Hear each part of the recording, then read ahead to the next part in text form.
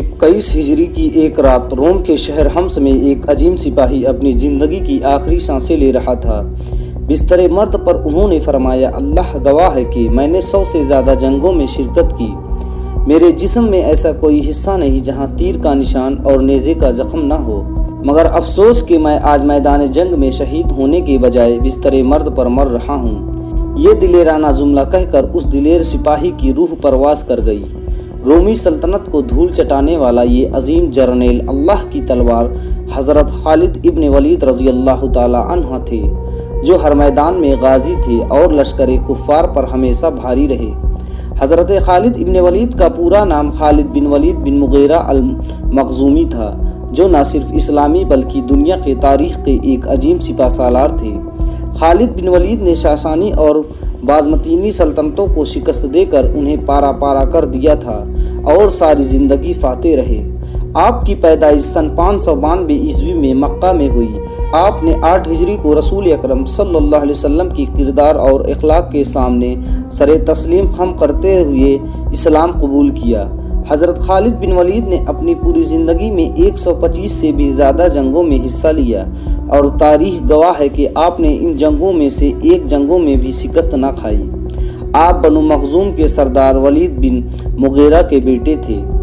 پیدائشی طور پر آپ کی پرورش ایک جنگجو کی حیثیت سے کی گئی، کیونکہ بنو مخزوم قابلہ جنگ اور دلیری کی وجہ سے ہی مشہور تھا۔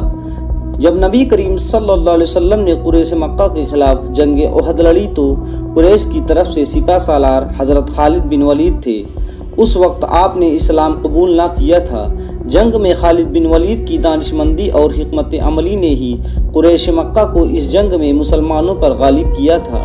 اسلام لانے کے بعد آپ نے اپنی تمام قابلیت اسلام کی حمایت میں استعمال کی اور ساری زندگی غزوے لڑتے رہے۔ سن 8 ہجری میں مسلمان اور رومیوں کے درمیان ایک خونریز جنگ ہوئی۔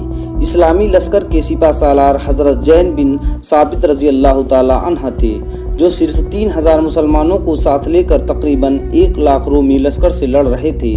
حضرت زید اس جنگ میں شہید ہو گئے، لہٰذا حضرت جعفر بن ابی طالب رضی اللہ تعالی عنہ کو سپہ سالار بنایا گیا۔ وہ بھی شہید ہو گئے تو آپ صلی اللہ علیہ وسلم کی ہدایت کے مطابق حضرت عبداللہ ابن رواحہ رضی اللہ تعالی عنہ کو سپہ سالار مقرر کیا گیا، مگر رومی مسلمانوں پر اتنے بھاری پڑ گئے کہ یہ جلیل و قدر صحابی بھی میدان جنگ میں شہید ہو گئے۔ رومی شہنشاہ ہرقل بھی اس جنگ میں خود سربراہی کر رہا تھا۔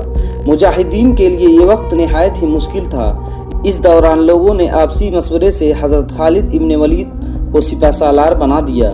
پھر کیا تھا، آپ نے اپنی پوری زندگی میں سیکھے گئے حکمت حربے اور جوش و ولولہ کا استعمال کیا اور ایک پرجوش تقریر کی۔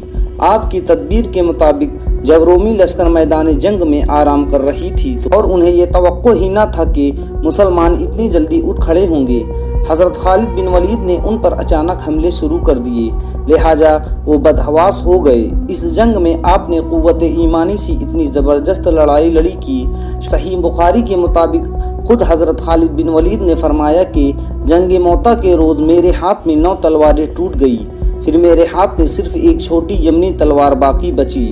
خالد بن ولید کے اس شجاعت اور بہادری پر آپ صلی اللہ علیہ وسلم نے فرمایا کہ جنگ موتا میں جھنڈا اللہ کی تلواروں میں سے ایک تلوار نے لے لیا اور ایسی جنگ لڑی کہ اللہ نے ان پر فتح فرمائی، لہٰذا اس کے بعد آپ کا لقب سیف اللہ یعنی اللہ کی تلوار ہو گیا۔